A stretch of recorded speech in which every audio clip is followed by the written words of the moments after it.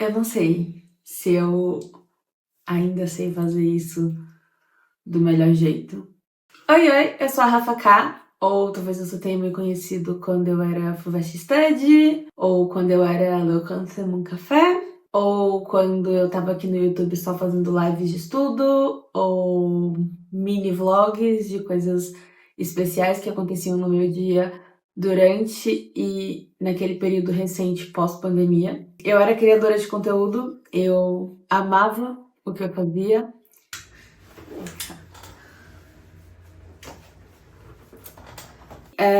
Eu nunca pensei que eu fosse me tornar criadora de conteúdo, muito menos naquela época, mas foi algo que aconteceu quando eu decidi mostrar minha rotina sendo uma pessoa que queria muito fazer faculdade na USP e tava sofrendo ali com a pandemia igual o mundo todo tava. Então, só que aí muitas coisas aconteceram. Eu tive muitas questões familiares, psicológicas, enfim, pessoais. E com isso, eu decidi que eu não ia mais criar conteúdo, que não estava me fazendo bem, eu fiquei meio surtada. E já tem 3 anos que eu não faço mais isso de verdade, tipo, de gravar e postar. Eu sempre gravei as coisas que aconteciam na minha vida, eu sempre fui blogueira de Close Friends, eu amava fazer isso, eu amo fazer isso, eu gosto muito. Porque eu sou comunicativa, eu gosto de me comunicar, eu gosto de ser engraçada, eu gosto de mostrar a minha rotina. E nesse tempo que eu fiquei sem isso foi muito dolorido. Porque querendo ou não, é uma parte de mim. Não é algo que eu queira levar como profissão, é um hobby, mas que é uma parte gigantesca de quem eu sou. Essa parte de se comunicar, de gravar, de editar, de criar. Então vai. E aí, eu queria falar sobre tudo o que aconteceu nesses 3 anos, porque que eu decidi voltar a criar conteúdo, como que eu pretendo fazer isso daqui pra frente, dar um breve update de tudo o que aconteceu nesses últimos anos, porque por mais que eu nunca tenha sido famosa, eu criei uma comunidade muito legal.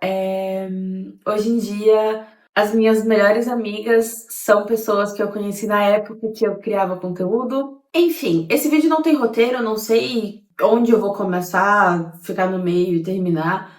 Vamos ver o que que acontece aqui. Então, provavelmente esse não vai ser, nossa, o melhor vídeo que eu já gravei na minha vida, a minha melhor oratória, a minha melhor dicção, o meu melhor momento como comunicadora.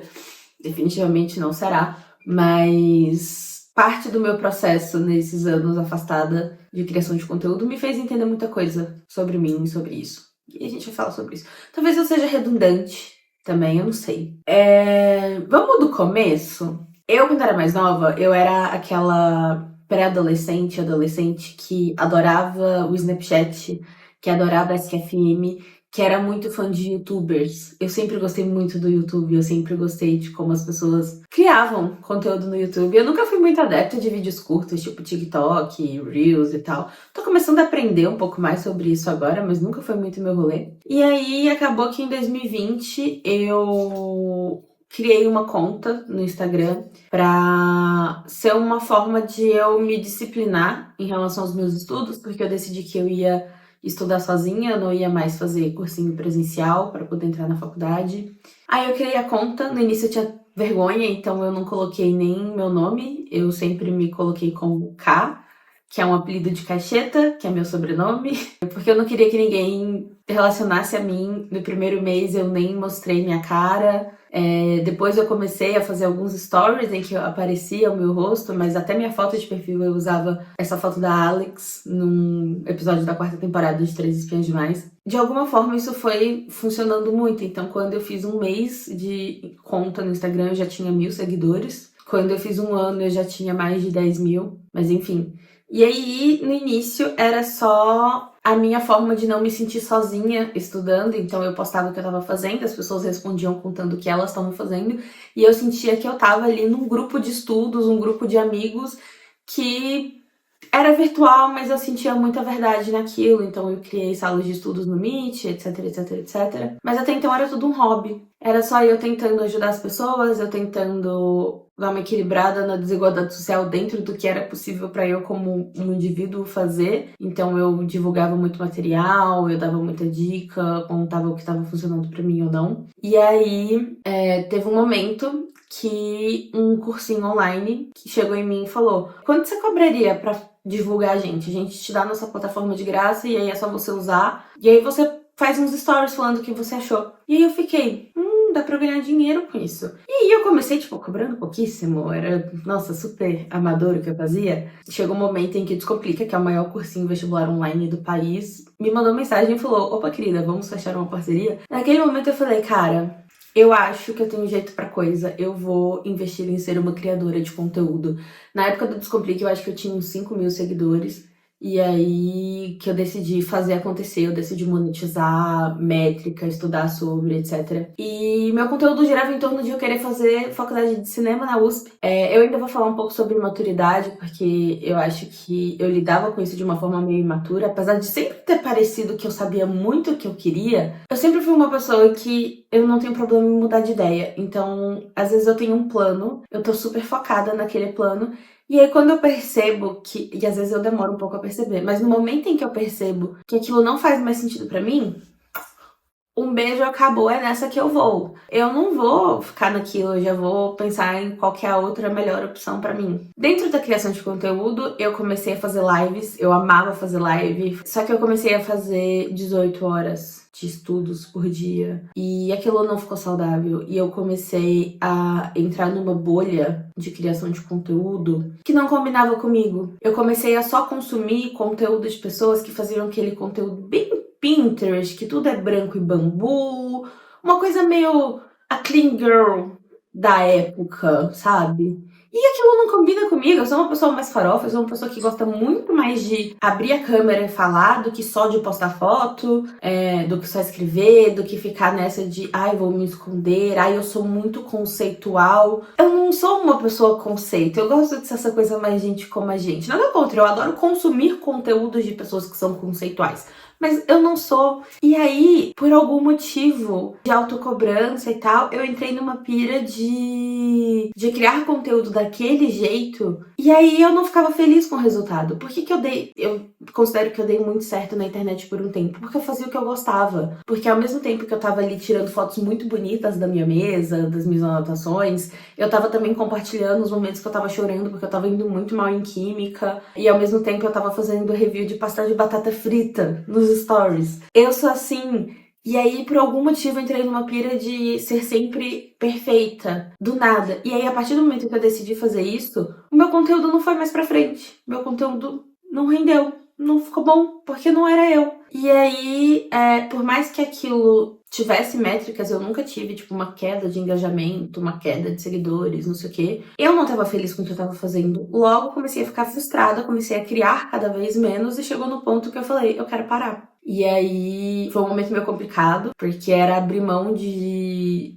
uma parte de mim que eu gostava muito, mas que eu já não reconhecia mais. Depois disso, eu parei total de criar conteúdo, eu fui trabalhar, trabalhei em algumas coisas bem legais. Eu continuava estudando, só que em 2022 eu descobri relações públicas, e aí eu decidi que naquele ano, em vez de tentar o vestibular para audiovisual, eu ia tentar para relações públicas. E eu tava estudando para FUVEST, não tanto quanto eu estudei em 2020 e 2021. 2022 eu já tava muito cansada, eu não tava mentalmente muito bem. E aí aconteceu que em maio eu perdi um tio que era como um pai pra mim, e aquilo mexeu muito, muito, muito, muito comigo. Então, aí que eu não conseguia estudar tão bem, igual antes. E aí eu decidi tentar outras opções, e aí eu fiz o vestibular da Belas Artes. Fiz por fazer, porque se eu não ganhasse bolsa, eu sabia que eu não ia ter como pagar. No dia que saiu o resultado da minha bolsa, minha mãe me liga e me conta que uma prima minha faleceu. Eu tinha 22 anos na época, minha prima tinha 18. E foi um baque, assim, porque ela tinha acabado de entrar na faculdade, a gente cresceu junto, ela era como uma irmã pra mim, e ela faleceu do nada, em um momento em que ela tava realizando os sonhos dela. E aquilo mexeu muito com a minha cabeça, do tipo, cara, eu não tô aproveitando a minha vida, eu tô aqui sendo cabeça dura que eu quero a USP porque eu quero a USP, mas eu não tô vivendo a minha vida, eu só tô estudando. E aí foi um momento em que eu percebi que eu só queria estudar na USP porque teoricamente ela é considerada uma das melhores do país. Só que assim, melhor pra quem? Melhor conforme quais objetivos? E aí eu decidi me matricular na Belas Artes e foi a melhor decisão que eu tomei, porque eu tinha muito preconceito com faculdade particular, vou ser sincera. Eu fiz o ensino médio no Instituto Federal e meio que assim, lá você já é federal. Na minha cabeça, era meio que regredir se eu fosse pra alguma faculdade que não fosse pública, sabe? Eu ia estar dando 2 passos pra trás.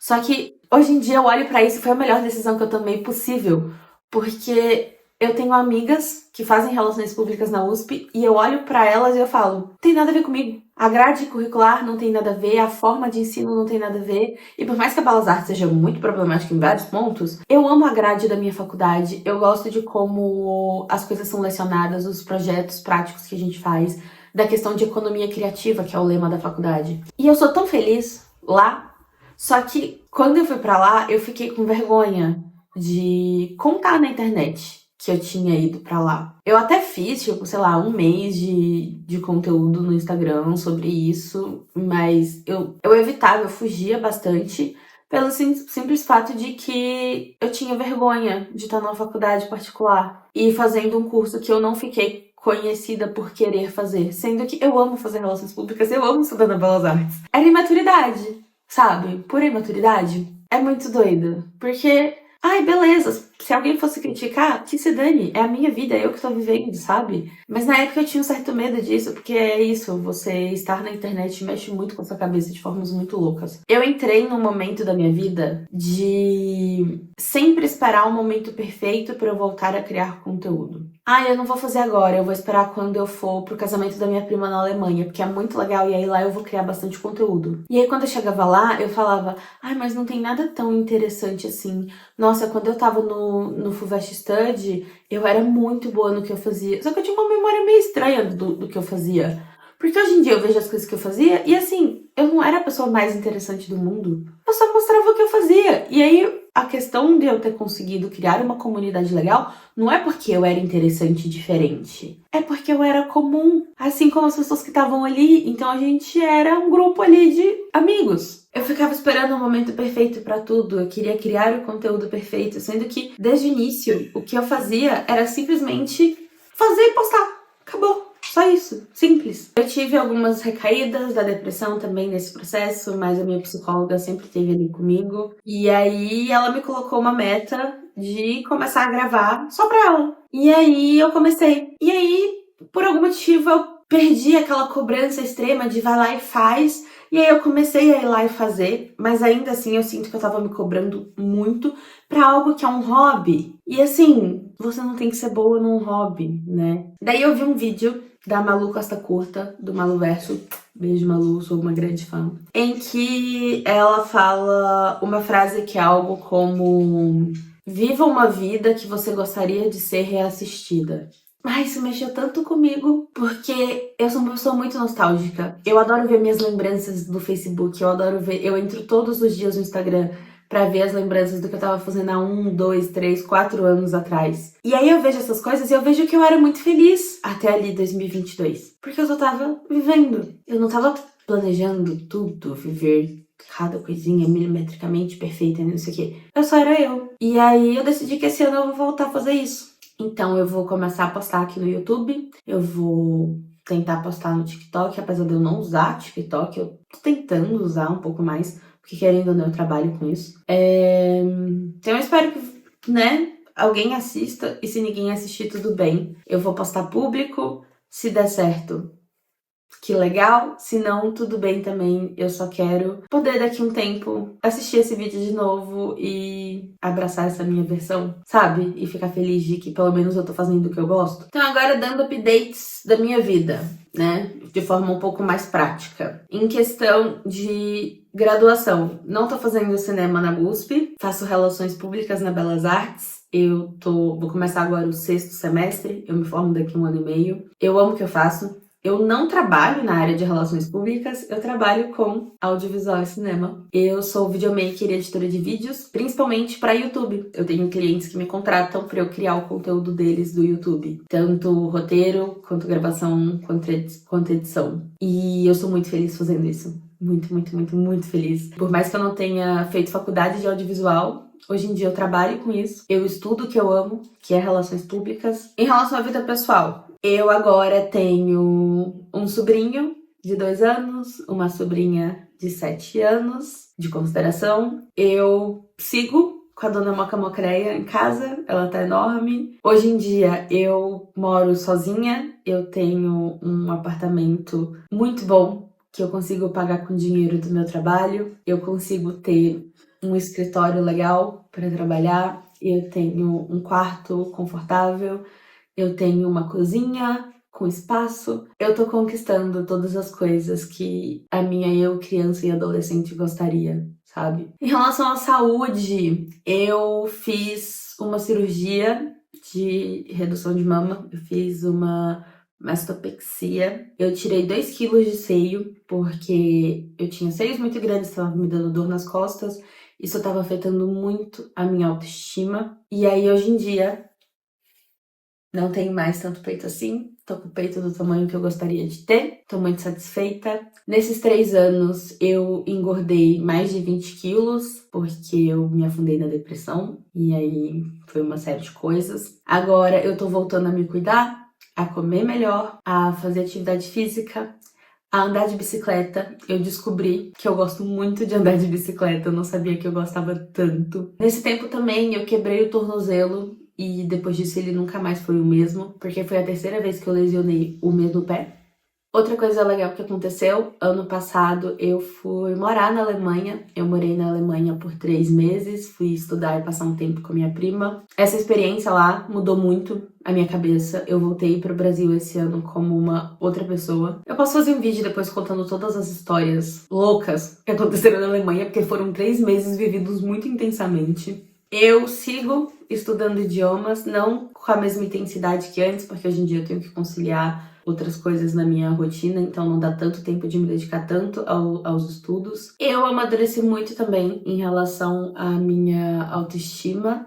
Eu sempre fui uma menina mid-size e eu sempre fui super de boa com o meu corpo, nunca fui complexada. Só que depois que eu engordei, eu achava que não, mas isso afetou muito a minha autoestima. Então, eu conseguia me olhar no espelho e me achar bonita, mas eu não conseguia me olhar na câmera e me reconhecer. Isso é muito louco, né? Eu vivi, ainda vivo, esse meio misto de falar, cara, eu sou uma mina gorda muito bonita e ao mesmo tempo às vezes falar, ai, mas eu não tô me sentindo bonita hoje. E aí eu entendi também na terapia que eu não tenho que me achar bonita todos os dias. E às vezes eu tô me achando feia, não é porque eu sou gorda, é porque eu estou me achando feia. E pronto, normal, tá tudo bem. Eu tô mudando meu estilo de vida, eu não faço dieta, tipo, para emagrecer, eu só tô comendo melhor, é uma reeducação alimentar junto com a minha nutricionista. Tô fazendo atividade física, por consequência eu tô perdendo peso ali, não muito rápido, mas tô perdendo peso. Mas não é por uma questão estética, é só porque eu quero viver bastante. Eu quero viver muitos anos, eu quero ver os meus sobrinhos crescerem e para eu poder vivenciar isso com os meus sobrinhos, eu tenho que tá bem, né? Saudável e viva. Isso foi um update meio demorado de como tá a minha vida e um lembrete pra mim mesma que quando as coisas ficarem difíceis, tá tudo bem a gente dar uma pausa, tá tudo bem a gente recalcular a rota e tá tudo bem a gente querer bater de frente e enfrentar aquilo também. A gente vai viver um dia de cada vez. E, Rafa K, por favor, nunca perca sua autenticidade. Sempre faça o que você gosta de fazer e não o que você acha que os outros esperam de você. Seja você mesma, seja espontânea, seja natural, que tudo vai dar certo. Porque no final das contas a gente sempre vai fazer dar certo. Olha onde a gente tá. A gente saiu do interior de Minas Gerais, de uma cidade desse tamanho, pra estar morando em São Paulo, como você sempre quis, num apartamento que você ralou muito pra conseguir pagar, com a família que eu sempre quis. E é isso. Obrigada por ter assistido e obrigada eu por ter gravado isso e finalmente tirar esse band-aid da ferida. E tchau!